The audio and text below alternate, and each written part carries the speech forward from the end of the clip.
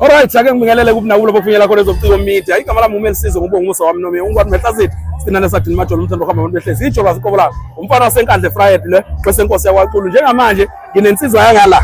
Bathi sempanga kodwa ngifuna izisho kahle ukuthi yakuphi. Kwake sawubona. Kodwa njani? Iyaphila khona lesizwe kamba kanjani? Hayi sikhona siyaphila. Uba le ngcole phambi kwamna ngiyayazi. Kodwa khona oyibuka la ongayazi. Umpulongashi wakashanda empangeni. Emdlangu besigodi sasofasini. Insizwa eyathi mayifika ngiyikhumbula ngangiqala kwami ukuyibona sasikhona la kwaMasho. Ilapha estage igundele yakhathe wangathi kasibanibani. Kodwa akizoyisholo yena. Wethu usufikile emculweni usube khona bakumukele kanjani abantu and uzizwe kanjani mawumukelwa abantu ngendlela bakumukela ngayo? Angazi futhi noma ngizothi abantu ngicabanga ukuthi thina abantu bakwaZulu ngoba isikhathi esiningi ngisavele kubantu bakwaZulu abakwezinye indawo basangibona la ku social media kodwa indlela engimukeleke ngayo ngifika ngo2022 emculweni bafuna umukeleke kamnandi kakhulu ngendlela mfowethu emangalisayo. Iqiniso ukuthi wena wabukela kuMajota elikhulu elingeke lize liphikiso umuntu. So emva ukubukela kuMajota ubusukhipho wakho umsebenzi waphindwa wakhipha ingoma eyayincoma yena uMajota ngithi kakhulu. Ngiqale ngengoma oqale izobhasobha abantu ebincike kakhulu kushumi kaMajota ngabuya ngesibila ethi Solomon nayo futhi abanye abantu baze bathi uMajota ingoma ayishiye estudio esaphila wadlulisa ikhona kanti cha kwakuyingoma nje yami engayibhalelayo nangingekho kuningi kakhulu kwethu.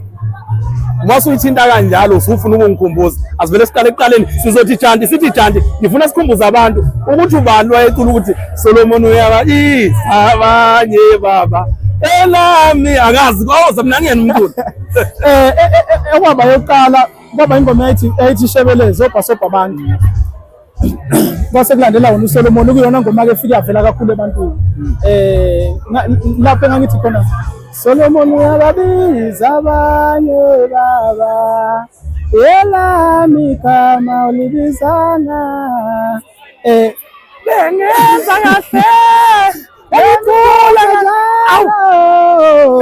awulibizana mfowethu kuningi ngakufunda kule ndoda ukubhalwa kwengoma ama-lyrics izinto oyikhulumayo engomeni kuningi kakhulu engakufunda isiginci kuningi engakufunda kuMajota. Kwethu mawuzobhala ingoma ifika mhlambe uyihambele emgwaqeni uhlala phansi noma mhlambe kuba nomuntu ebusukulelo ofika kuhlebela athi empulongashi nayo ingoma ekufanele uyicule. Isikhathi esiningi mina mfowethu ingoma yabo nje njengawo Solomon nezinye eziningi kufika nje isihloko. uSolomon ngiyakhumbula ngangihlele endlini la ngihlala khona la eThekwini. Kwafika isihloko esithi Solomon ngathi ake ngibhale ingoma ngoSolomon ezolinka entweni yokholo nangezinto ezikhuluma ngoNkulunkulu noma ngoNkulunkulu esingabuhlabeni. Njengoba uyizwa ngasekugcineni ikhuluma ngokuthi uNkulunkulu wethina abantu abansundu unyazi. So kwafika mina kufika nje isihloko ukuthi angibhale ingoma ngegama elithi Solomon. Then bese ngibhala ingoma ke ngalelo gama elithi Solomon kwaphuma le yanto yaphumayo.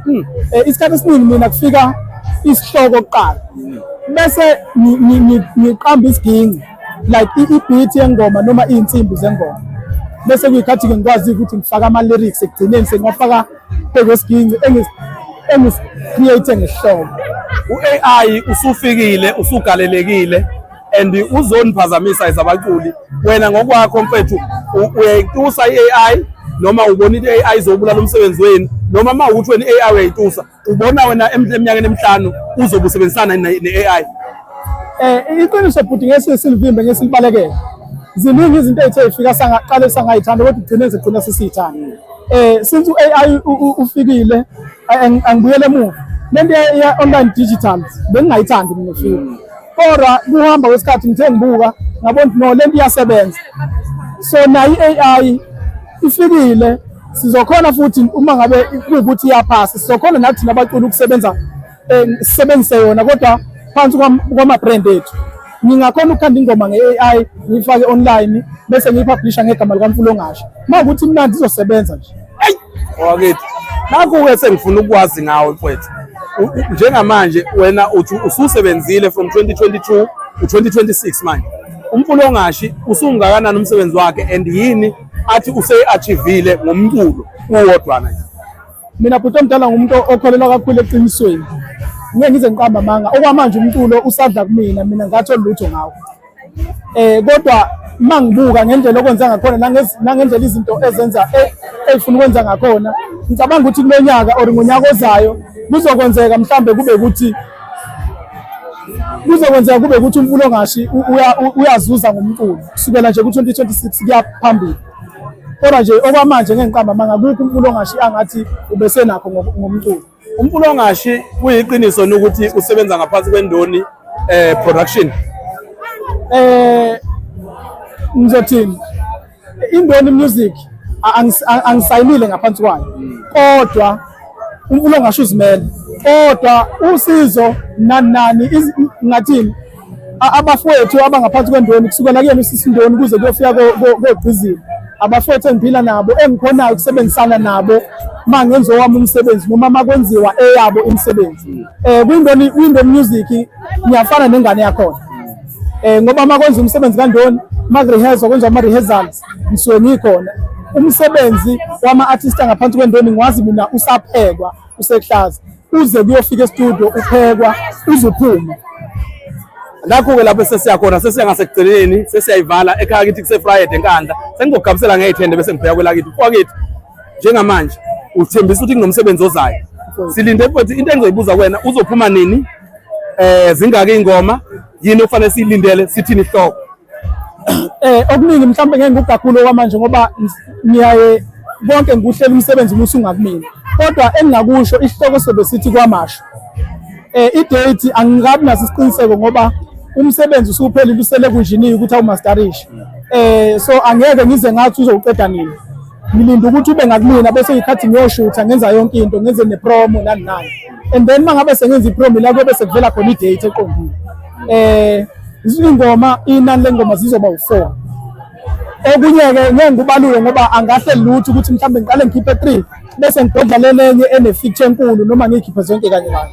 Ufeaturishile futhi? Hayi kulo nyaka ngithe ake ngilande iy'nkunzi nje ey'khona ngoba ilokhu ngaqala ukucula bengingaze ngisebenze nabanye abafethu ngeke ngibabambe oNdoni noSaliwa noGqizini abafethu vele labo okwaziwa ukuthi bahlezi bekhona so bengingakaze ngisebenze nezinye iy'nkunzi ey'seceleni. Ake ngehle ngobona njengesitafu kukhona wena njengomculi obona ukuthi yazi intatheli yakushiya lokho kodwa bengifisa ukusho ngicela uvele ukusho mawukuthi khona okusele. Hayi okwamanje akukho bethe ngicabanga ukuthi intatheli kushiyile ngoba uyazi ama-interviews wathola sesiwathola kusuke kungekho sikubhale phansi ukuthi ngifisa ukuthi ngifike ngikhulume ngani nangani kodwa ngicabanga ukuthi imibuzo nje abanye abantu abakulindele intatheli kubuzile bebefisa ukwazi ngomsebenzi engiphekayo. Khona ucela ukuzwa phethu kancane kuleyo kwamasho kancane ufuna nje ukuzwa ivoice yakho kuleyo kwamasho kuphela iyona vele osusitshele ngayo lesihloko nje phethu usithi nje thasi akukhuleka ngeke basayithatha sekweyakho. Ake niyeke ukubulala abantu bekwamasho bye bye bafana bye bye.